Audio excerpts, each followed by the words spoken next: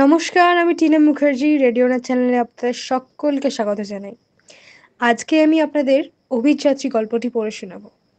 এই গল্পটি লিখেছে অনন্য রায় এবং এডিটিংস অদ্রিক ভৌমিক।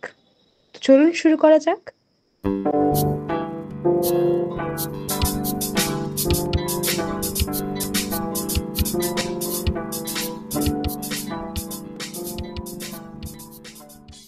আমার খুব এক কাছের বন্ধু ছিল সৌরভ।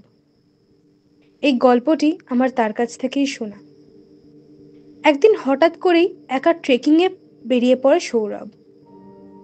ট্রেকিংয়ে সে খুব একটা অভ্যস্ত ছিল না, আর আগে সেরকম করেও নি, বলতে গেলে দুই একবারই করেছে।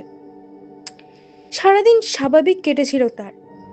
চারিপাশে কেবল গাছ আর ঝোপঝাড়, নীরব প্রকৃতির মাঝে সে নিজেকে হারিয়ে ফেলেছিল। প্রকৃতির কোলে থাকাটা সে দারুণ উপভোগ করছিল। সবকিছুই ঠিকঠাক চলছিল যতক্ষণ না সে ফেরার পথে নামলো।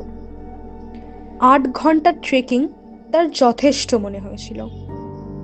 আকাশ তখন ইতিমধ্যেই ঘন অন্ধকারে ঢেকে গেছে। দ্রুত ফিরে যেতে হবে, এমনই ভাবছিল সে। কিন্তু কিছু একটা অদ্ভুত লাগতে শুরু করলো তার। ফিরে যাওয়ার পথটা সে একেবারেই চিনতে পারল না। তার ভয়ে গা কাঁপতে শুরু করলো, গায়ে কাঁটা দিয়ে উঠল। আর সে অনুভব করতে পারলো তার সিতারা দিয়ে যেন একটা ঠান্ডা হাওয়া স্রোত বয়ে চলে গেল। রাত একেবারে ঘনিয়ে এলো। তার হাতে শুধু একটি টিমটিমে টর্চ লাইট, যার ব্যাটারি শেষ হয়ে আসছে। আর কোনো পথ চিনে ফেরার উপায় নেই। বুঝতে পারলো এই গভীর বন জঙ্গল পেরিয়ে এখন আর একা চলা সম্ভব নয়। আশ্রয় না পেলে বিপদ হতে পারে। ঠিক তখনই যেন ভাগ্যক্রমে সে হোঁচট খেলা একটা পরিত্যক্ত কেবিনের সামনে। কেবিনটা ছিল একেবারেই ভাঙাচোরা। বহু বছর কেউ ঢোকেনি বলেই মনে হচ্ছিল। কিন্তু এটুকু বোঝা গেল যে এটাই তার রাত্রের একমাত্র নিরাপদ আশ্রয়। দরজায় কয়েকবার টোকা দেওয়া সত্ত্বেও যখন কেউ সাড়া দিল না, তখন সে ধীরে ধীরে দরজাটা ঠেলে ভেতরে ঢুকে পড়ল। ভেতরে ঢুকতেই সে দেখল একটা পরিপাটি বিছানা যেন তার জন্যই সাজিয়ে রাখা। সে ঠিক করলো, যদি কেবিনের মালিক ফিরে আসে সে তাকে সবটা বুঝিয়ে বলবে। হয়তো মালিক মারা গেছেন, এমনটা ভেবে সে ধীরে ধীরে বিছানায় শুয়ে পড়ল। তার দেহ ক্লান্ত, মন চিন্তাগ্রস্ত, চোখে যেন 7 বছরের একবারে ঘুম নেমে এসছে।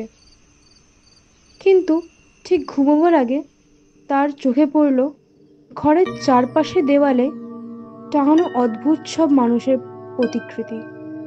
প্রতিটি মুখে ছিল ঠান্ডা এক চাউনি আর এমন এক বিদঘুটে হাসি যা তার মেরুদণ্ড বেয়ে ঠান্ডা স্রোতের মতো নেমে গেল। কে এরা? কাদের মুখ? কেন এইভাবে তাকিয়ে আছে তারা? অন্য সময় হলে হয়তো সে ঘুমাতে পারতো না, কিন্তু আজকের মতো ক্লান্ত শরীর তাকে বাধ্য করলো চোখ বন্ধ করতে। সে চেষ্টা করলো মুখগুলো ভুলে যেতে। পরের দিন সকালে ঘুম থেকে উঠে সে কিছু একটা অস্বাভাবিক খেয়াল করলো। ঘরের চারপাশে কোনো ছবিই নেই, ছিল শুধু জানলাগুলো, আর জানলার বাইরে তাকানো অচেনা মুখগুলো ঠিক তার দিকে চেয়ে থাকা। আর পরে কি হয়েছিল তা সৌরভ ঠিক আমাকে বলেনি। আমিও তাকে আর জিজ্ঞেস করিনি, কারণ কিছু কিছু গল্প অসম্পূর্ণ থাকাটাই রোমাঞ্চকর।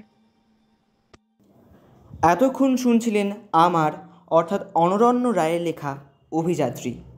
গল্পটি ভালো লেগে থাকলে লাইক করবেন, কেমন লাগলো কমেন্ট করে জানাবেন এবং রেডিও নাচ চ্যানেলটি সাবস্ক্রাইব করবেন।